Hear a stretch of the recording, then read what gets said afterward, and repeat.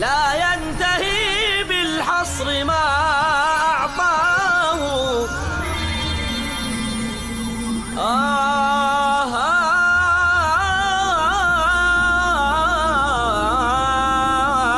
رب رحيم مشفق متعطف لا ينتهي بالحصر ما أعطى. فطرت کا کام کیا ہے؟ فطرت نے ہمیں یہ بتا دیا نیکی نیکی ہے، بدی بدی ہے.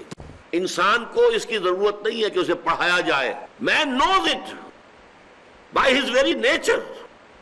It is good, it is evil. سچ بولنا اچھا ہے، جھوٹ بولنا برا ہے. ایسا نہیں ہے کہ nothing is good or bad, only thinking makes it so. یہ سب بکواس.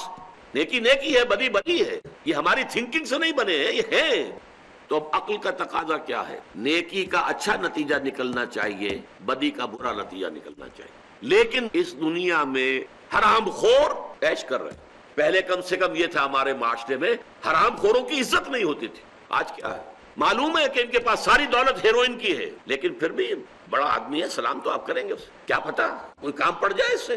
اس دنیا میں اگرچہ ہم کوشش کرتے ہیں چور کو سزا دیں، قاتل کو سزا دیں. فرض کیجئے ایک بوڑھے شخص نے ایک جوان انسان کو قتل کیا. بوڑھا آدمی کھا پی چکا، زندگی گزار چکا. وہ جوان جو ہے اس کے چھوٹے چھوٹے بچے ہیں، اس کی نوجوان بیوی جو ہے بیوہ ہوئی ہے. آپ اس بوڑھے آدمی کا فورسیپس سے لے کر اس کا ایک ایک جو ہے ریشہ علیحدہ کر دیں، تب بھی جو جرم اس نے کیا تھا اس کے ہم وزن سزا نہیں ممکن.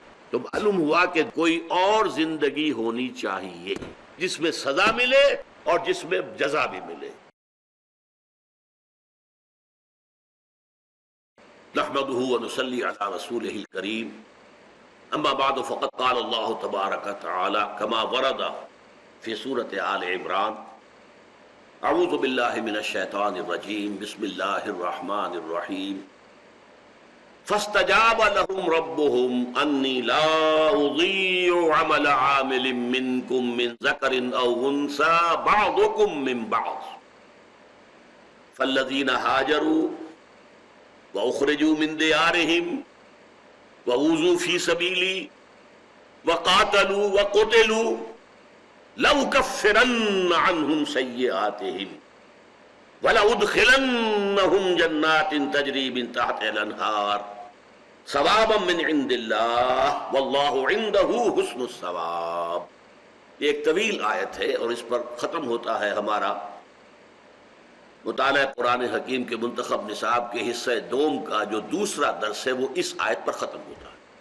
وہ جو دعا آئی تھی اس سے پہلے، بڑی عظیم دعا: ربنا اننا سمعنا منادیا ینادی للایمان ان آمنوا بربکم فآمنا ربنا فاغفر لنا ذنوبنا وکفر عنا سیئاتنا وتوفنا مع الابرار ربنا وآتنا ما وعدتنا على رسلك ولا تخزنا یوم القیامہ انک لا تخلف المیعاد. اب اس دعا کی تاثیر کا عالم دیکھیے. فوراً اللہ فرما رہا ہے فاستجاب لهم ربهم. بس اللہ نے ان کی دعا کو قبول فرمایا. کیوں؟ یہ لوگ جو ہیں جس کا کہ ہم نے ابھی دیکھا، یہ ایمان کن کا ایمان؟ انبیاء و صدیقین کے ایمان کی بات ہو رہی ہے. یہ ایمان کی سب سے اعلیٰ قسم ہے، اکتسابی اور شعوری ایمان. جن لوگوں میں یہ ایمان ہے ان کی دعا کو فوراً پذیرائی حاصل ہوئی. بس اللہ نے ان کے دعا کو قبول فرما لیا. انی لا اضیع عمل عامل منکم من ذکر او انثى بعضکم من بعض، کہ میں ضائع کرنے والا نہیں ہوں تم میں سے کسی بھی عمل کرنے والے کے عمل کو، چاہے وہ مرد ہو چاہے عورت، اور تم ایک دوسرے ہی میں سے ہو. آگے بڑھنے سے پہلے اس مسئلے کو پہلے حل کر لیجئے. دیکھیے ایک مسئلہ پوری دنیا میں اس وقت بہت اچھلا ہوا ہے، مساوات مرد و زن. اور شریعت اسلامی کو اس اعتبار سے بدنام کیا جاتا ہے کہ یہ در حقیقت میل ڈومینیٹڈ تہذیب ہے اور شریعت ہے اور قانون ہے. عورتیں اس میں ڈپریسڈ ہیں، ان کے کوئی حقوق نہیں ہے، ان کی کوئی حیثیت نہیں. یہ مسئلہ جو ہے اس آیت کے ٹکڑے کے اندر حل ہوتا ہے۔ قرآن اور اسلام بھی ایک اعتبار سے مرد و زن کی مساوات کے قائل ہیں، مرد اور عورت برابر۔ نمبر ایک، شرف انسانیت میں برابر ہے، وہ بھی انسان یہ بھی انسان، ایز ہیومن بینگز جو بھی انسانیت کا شرف ہے، both share it۔ مرد بھی انسان ہے، ہیومن بینگ ہے، ہومو سیپینس ہے، عورت بھی انسان ہے، ہیومن بینگ ہے، ہومو سیپینس۔ نمبر دو، مورل لیول، اخلاقی اعتبار سے کوئی فرق نہیں مرد میں اور عورت میں۔ نیکی کی بلندیوں تک مرد بھی جا سکتے ہیں، نیکی کی بلندیوں تک عورتیں بھی جا سکتی ہیں۔ مردوں کے لیے جو ان کی اپنی کمائی ہوگی نیکی کی، صرف اسی سے اجر و ثواب ملے گا۔ عورتوں کے لیے صرف انہی کی جو اپنی کمائی ہوگی نیکی کی، اس میں سے حساب ملے گا، اس میں سے جزا ملے گی۔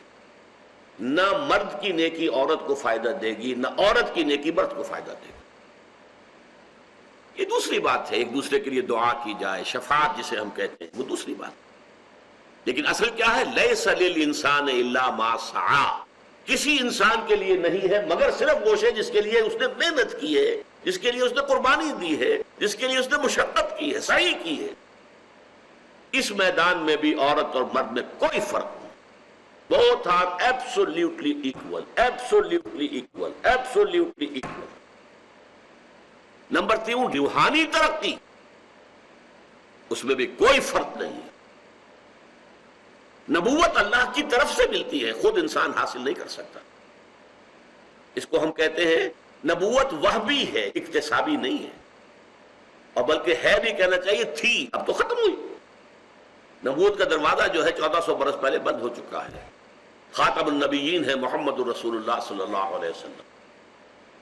لہذا نبوت وہبی تھی، اکتسابی نہیں تھی۔ اکتسابی مرحلہ سب سے اونچا درجہ صدیقین، اس میں مرد اور عورت بالکل برابر۔ حضرت مریم کو قرآن نے کہا امہ صدیقہ، حضرت مسیح کی والدہ حضرت مریم صدیقہ تھی۔ ہمارے ہاں یہ لفظ ایک تو خدیجۃ الکبریٰ رضی اللہ تعالیٰ عنہ کے لیے ہونا چاہیے، اگرچہ عام طور پر ہمارے ہاں اس کا استعمال ہوتا نہیں۔ خدیجۃ الکبریٰ، کبریٰ کس اعتبار سے کہا گیا ہے؟ الصدیقۃ الکبریٰ، سب سے بڑی صدیقہ جو ہے امت محمد صلی اللہ علیہ وسلم، وہ حضرت خدیجۃ الکبریٰ ہے رضی اللہ تعالیٰ۔ ویسے عائشہ صدیقہ رضی اللہ تعالیٰ عنہ، صدیقین تو بہت ہوتے ہیں، حضرت ابو بکر بھی صدیقین میں سے تھے، حضرت عثمان بھی صدیقین میں سے تھے، اور بھی تھے صدیقین میں سے بہت سے لوگ تھے، جیسے شہداء بہت سے تھے، صحابہ میں سے صدیقین بہت سے تھے، لیکن صدیق اکبر ابو بکر، اور الصدیقۃ الکبریٰ حضرت خدیجہ رضی اللہ تعالی۔ تو یہ تین لیولز ایسے ہیں جن کے اوپر سمجھ لیجئے کہ مرد اور عورت کے درمیان کوئی فرق نہیں، بالکل برابری ہے، ایبسولیوٹ ایکویلٹی۔ جس کے لیے یہاں پر جو لفظ لائے گئے بڑے پیارے ہیں، بعضکم من بعض، تم ایک دوسرے میں سے ہی ہو نا۔ کس قدر پیارے الفاظ ہیں۔ ایک ہی باپ کے نطفے سے بیٹا بھی ہے، بیٹی بھی ہے، تو بیٹا کیسے بڑھیا ہو گیا اور بیٹی کیسے گھٹیا ہو گئی؟ ایک ہی ماں کے رحم میں پرورش پائی تھی، بیٹے نے بھی بیٹی نے بھی، تو بیٹا کیسے بڑھیا ہو گیا اور بیٹی کیسے گھٹیا ہو گئی؟ بعضکم من بعض، تم ایک دوسرے میں سے ہو۔ لہذا اس اعتبار سے فرق اور تفاوت کو اپنے ذہنوں سے نکالنا۔ البتہ معاشرے کی تنظیم کے اعتبار سے مرد اور عورت میں فرق ہے۔ معاشرے میں انسٹیٹیوشن آف فیملی کو مضبوط کرنے کے لیے ایک انسٹیٹیوشن ہے، and this is the basic unit of the society. ہمارا معاشرہ کیا ہے؟ خاندانوں کے جمع ہونے سے معاشرہ وجود میں آتا ہے۔ لہذا اس خاندانی ادارے کو مضبوط کرنے کے لیے یہ لازم ہے کہ ہیڈ آف دی انسٹیٹیوشن جو ہے وہ کوئی ایک ہوگا، دو تو نہیں ہو سکتے۔ یہ عقلی بات ہے، کسی ادارے کے دو سربراہ نہیں، کسی کالج کے دو پرنسپل ہو سکتے ہیں،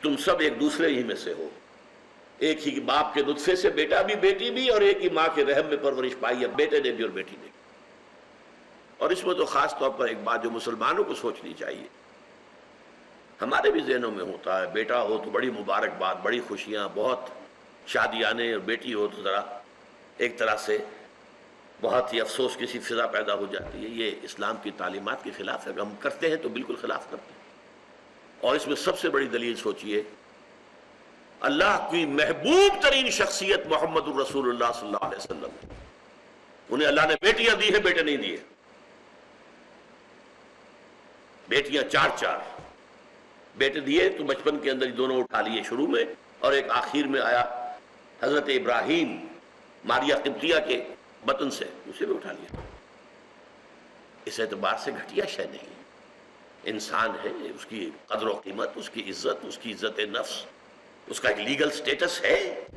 جیسا کہ میں نے کہا وراثت میں حصہ دیا گیا ہے، اگرچہ اسلام کے پورے معاشرتی اور اقتصادی نظام کے حوالے سے دیکھا جائے تو لاجک یہ ہے کہ کوئی حصہ نہ ہو عورت کا۔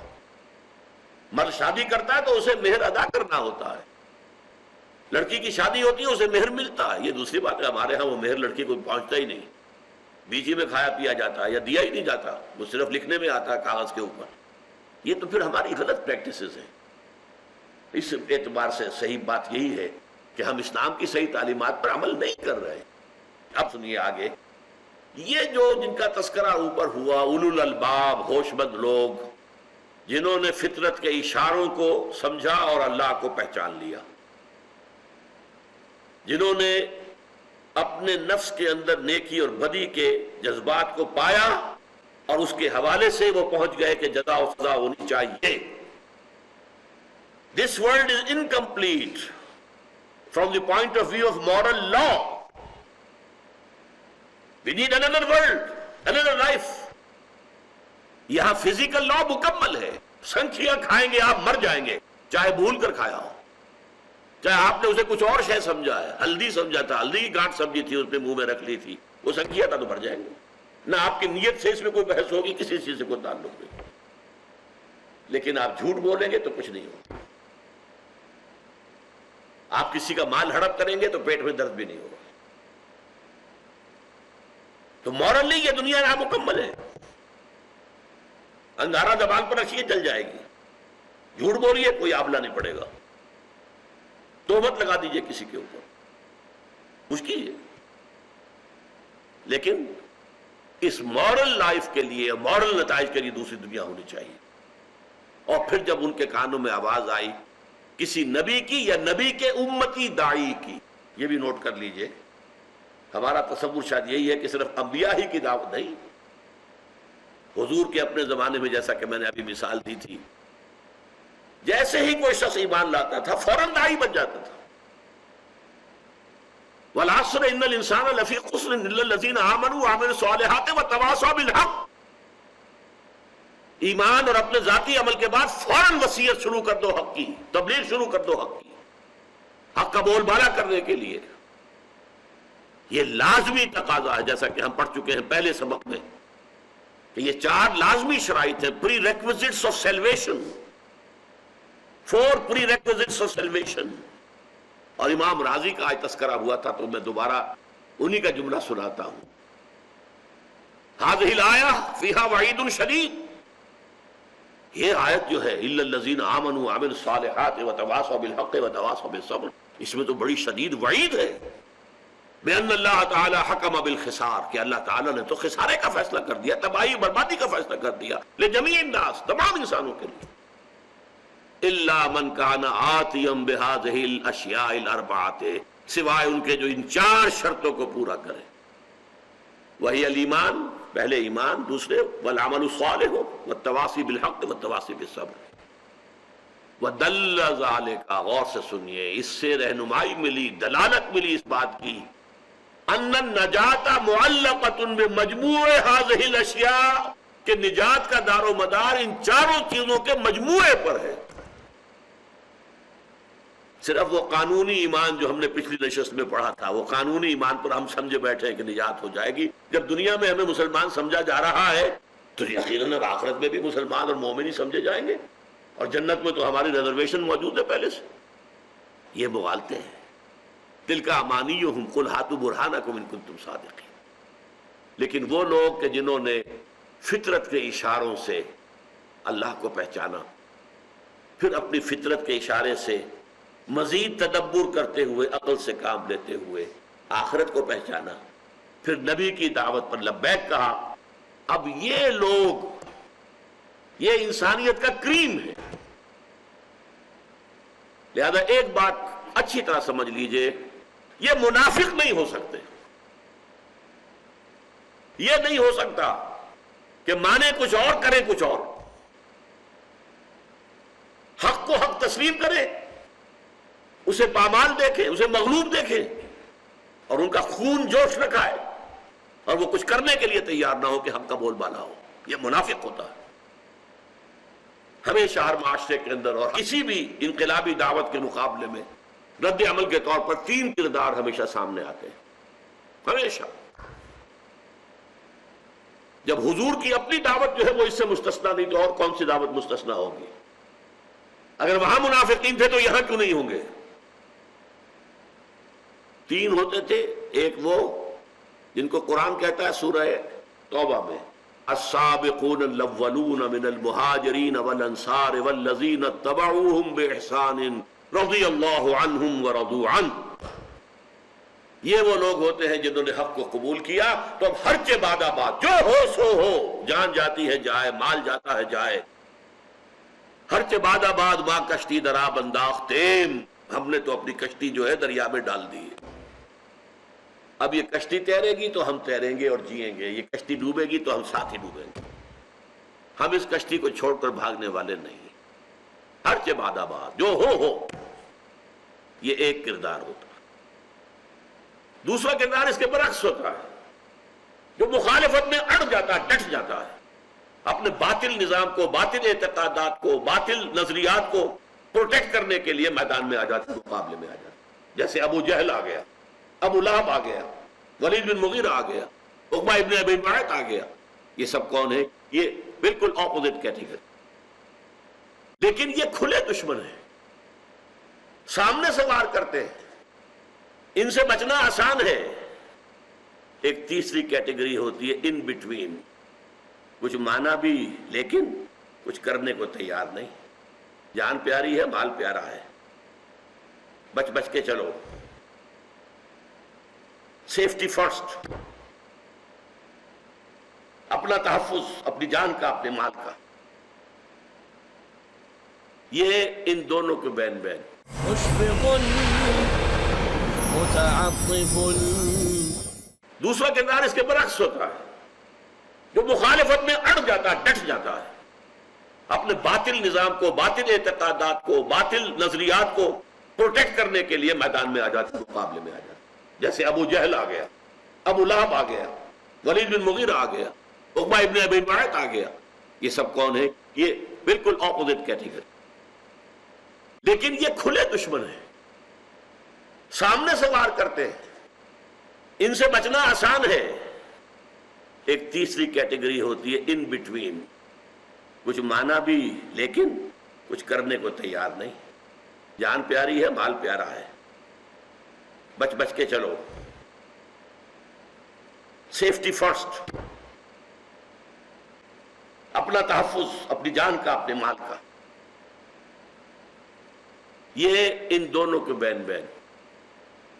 اور چونکہ اندیشہ ہوتا ہے اس کشمکش میں، کچھ پتہ نہیں یہ اہل ایمان جیت جائیں تو بھائی ان سے بھی بنا کر رکھو، اپنے آپ کو مسلمانوں میں شامل کیے رکھو. اگر یہ جیت گئے، اور اگر کیا کافر جیت جائے، ان سے بھی دوستیاں رکھو،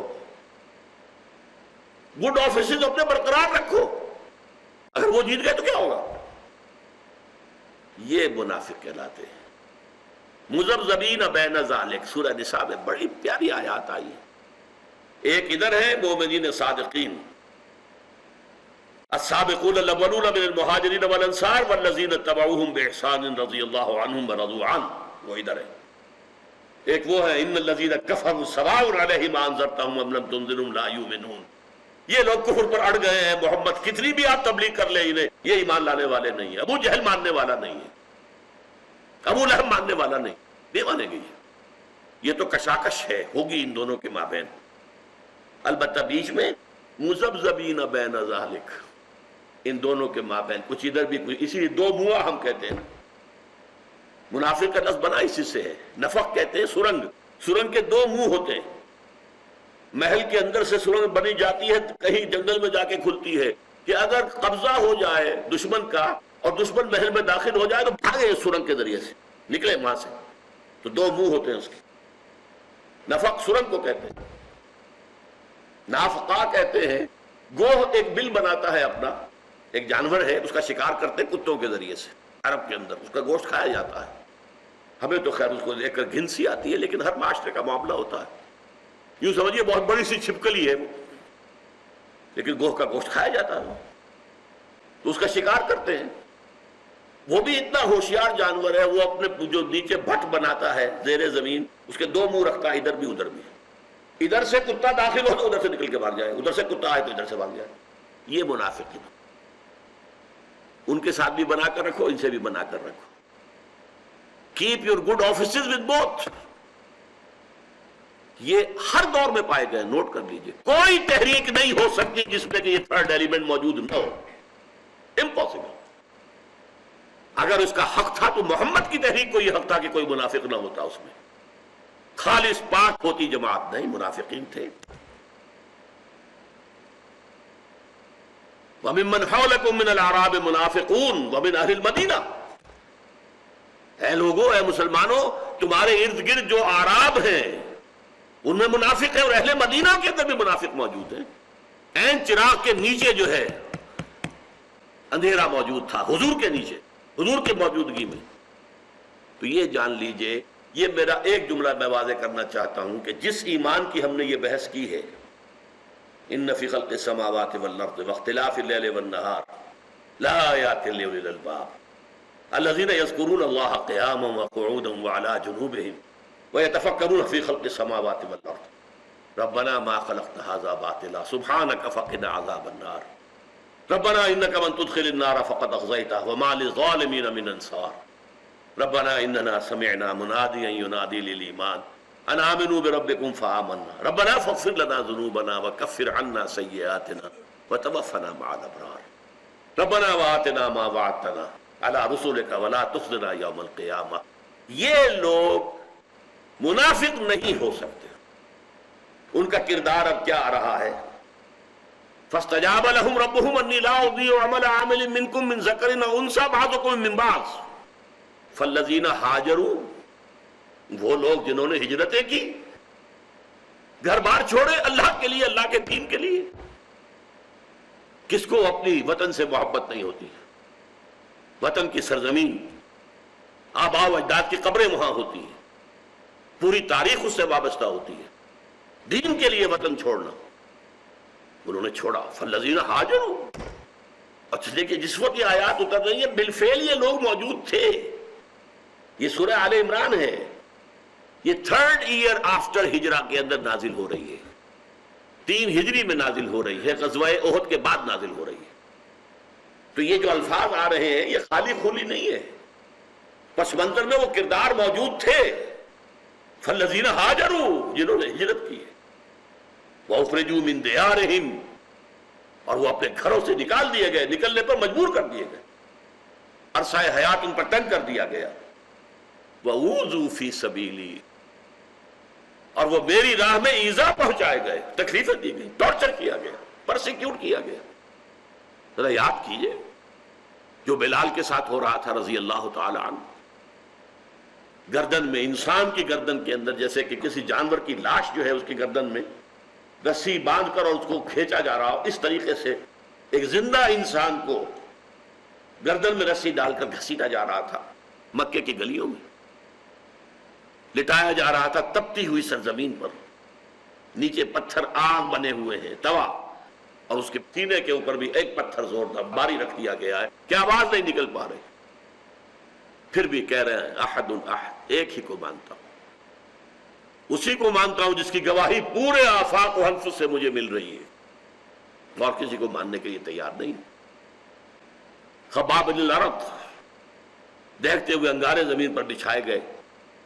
حضرت سمیہ اور حضرت یاسر دونوں کو تو شہید ہی کر دیا. ٹارچر، بدترین ٹارچر کر کے، بدترین ٹارچر. تو فالذین ہاجروا. اچھا اب یہاں بھی دیکھیے، ان میں سے ہر کام کے اندر مردوں کے ساتھ عورتیں شریک ہیں. ہجرت ہوئی تھی، پہلی ہجرت جو ہوئی تھی حبشہ کی طرف، مرد بھی گئے، عورتیں بھی گئی. حضرت عثمان بھی گئے رضی اللہ تعالی عنہ، اور ان کے ساتھ حضرت رقیہ حضور کی صاحبزادی لخت جگر، وہ بھی گئی. تو ہجرت کرنے میں مرد ہی مرد نہیں تھے، عورتیں بھی تھیں. حضرت ام حبیبہ ابو سفیان کی بیٹی، قریش کے سردار کی، کافر اور مشرک جو اس وقت تھا، وہ بھی گئی، ان کے شوہر بھی گئے. ہجرت میں بھی شریک تھی عورتیں، اس ٹارچر میں بھی. وضو فی سبیلی، اس کے اندر حضرت سمیہ بھی شریک ہے، حضرت یاسر بھی شریک ہے، شوہر بھی ہے، بیوی بھی ہے. دونوں کو ٹارچر بدترین کیا گیا. بلال اور ابو فقیہ کے ساتھ جو کچھ ہوا ہے، خباب بن عرض کے ساتھ، وہی زنیرہ اور دوسری جو کنیزیں تھی، باندیاں تھی، اور وہ ایمان لے آئی تھی، وہی کچھ ان کے اوپر سے تو کے پہاڑ توڑے گئے. فالذین ہاجروا واخرجوا من دیارہم ووذوا فی سبیلی، میری راہ میں انہیں ایذائیں پہنچائی گئی. وقاتلوا وقتلوا، آخری مرحلہ جو کہ ہجرت کے بعد شروع ہوا، انہوں نے قتال کیا اللہ کی راہ میں. 8 مہم میں غزوہ بدر سے پہلے، اور پھر جب یہ آیتیں نازل ہو رہی ہیں تو غزوہ بدر بھی ہو چکا ہے، غزوہ احد بھی ہو چکا ہے، تب یہ آیتیں نازل ہو رہی ہیں.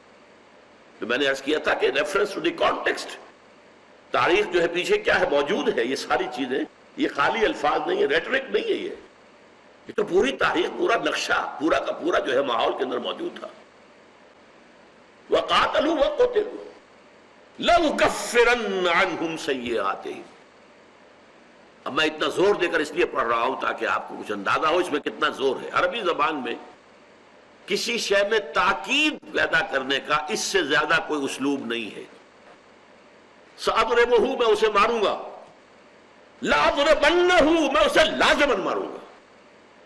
یہ ہے پہلے لام آئے، لام مفتوح، اور آخر میں نون تشدید کے ساتھ. یہاں دونوں الفاظ جو آ رہے ہیں، لَأُكَفِّرَنَّ عَنْهُمْ سَيِّئَاتِهِمْ، میں لازماً دور کر دوں گا ان سے ان کی برائیوں. یہاں پر میں پہلے بھی بیان کر چکا تھا، آج پھر سن لیجئے. تکفیر سیئات کا کیا مطلب ہے؟ برائیوں کو دور کر دینا. کفارہ کا لفظ میں آپ کو بتا چکا ہوں. کوئی گناہ کیا، اس کا کوئی کفارہ ادا کیا. توبہ سب سے بڑا کفارہ. اور فرمایا گیا کہ جو شخص توبہ کرتا ہے کسی گناہ سے، صحیح توبہ ہو، تو اس کے نامہ اعمال سے اس گناہ کو دھو کر نیکی کا اندراج ہو جاتا ہے. مشفق متعطف وقاتلوا وقتلوا لَأُكَفِّرَنَّ عَنْهُمْ سَيِّئَاتِهِمْ. اب میں اتنا زور دے کر اس لیے پڑھ رہا ہوں تاکہ آپ کو کچھ اندازہ ہو اس میں کتنا زور ہے. عربی زبان میں کسی شے میں تاکید پیدا کرنے کا اس سے زیادہ کوئی اسلوب نہیں ہے. سَأَضْرِبُهُ، میں اسے ماروں گا. لَأَضْرِبَنَّهُ، میں اسے لازماً ماروں گا. یہ ہے پہلے لام آئے، لام مفتوح، اور آخر میں نون تشدید کے ساتھ. یہاں دونوں الفاظ جو آ رہے ہیں، لَأُكَفِّرَنَّ عَنْهُمْ سَيِّئَاتِهِمْ، میں لازماً دور کر دوں گا ان سے ان کی برائیوں. یہاں پر میں پہلے بھی بیان کر چکا تھا، آج پھر سن لیجئے. تکفیر سیئات کا کیا مطلب ہے؟ برائیوں کو دور کر دینا. کفارہ کا لفظ میں آپ کو بتا چکا ہوں. کوئی گناہ کیا، اس کا کوئی کفارہ ادا کیا. توبہ سب سے بڑا کفارہ. اور فرمایا گیا کہ جو شخص توبہ کرتا ہے کسی گناہ سے، صحیح توبہ ہو، تو اس کے نامہ اعمال سے اس گناہ کو دھو کر نیکی کا اندراج ہو جاتا ہے. سورہ الفرقان میں فرمایا إِلَّا مَن تَابَ وَآمَنَ وَعَمِلَ عَمَلًا صَالِحًا، تو اللہ تعالیٰ ان کی برائیوں کو بدل دے گا بھلائیوں کے ساتھ. یہ ہے تکفیر سیئات. التائب من الذنب کمن لا ذنب لہ، جس نے کسی گناہ سے توبہ کی ہے وہ ایسے جیسے اس نے گناہ کیا ہی نہیں. ہم بخشنے کو تیار نہیں ہوتے. اللہ تعالیٰ بڑا بخشش کرنے والا، بڑا رحم فرمانے والا. یہاں تک اللہ کو اپنے کسی گناہگار بندے کی توبہ سے اتنی خوشی ہوتی ہے، اتنی خوشی ہوتی ہے، اتنی خوشی ہوتی ہے. اس کی تشبیہ بیان کی ہے، ذرا غور کیجئے کہ تصور کرو کہ اگر کوئی شخص لقودق صحرا میں سفر کر رہا ہے، تنہا اونٹ پر ہے، ایک اونٹ ہے خود ہے، اسی اونٹ پر پانی کی چھاگل بھی لٹکی ہوئی تھی، اس کا کھانا بھی تھا. تھوڑی دیر سستانے کے لیے ایک درخت کی سائے میں بیٹھ گیا، آنکھ لگ گئی. جب آنکھ کھولی تو دیکھا اونٹ نہیں ہے، غائب. دوڑا مشرق مغرب شمال جنوب ادھر ادھر، اونٹ کا نام و نشان نہیں. اب آپ اندازہ کیجئے، صحرا، لقودق صحرا، پانی کا آس پاس کہیں نشان نہیں. پانی بھی اسی اونٹ پر تھا، کھانا بھی اسی پر تھا، اسی پر سفر کر سکتا تھا. تھک ہار کر موت کے انتظار میں بیٹھ جاتا ہے اسی درخت کے نیچے کہ اچانک دیکھتا ہے کہ اونٹ موجود ہے. بولٹ فرام دی بلو، کہیں سے اللہ تعالیٰ کی قدرت سے وہ اونٹ موجود ہو گیا.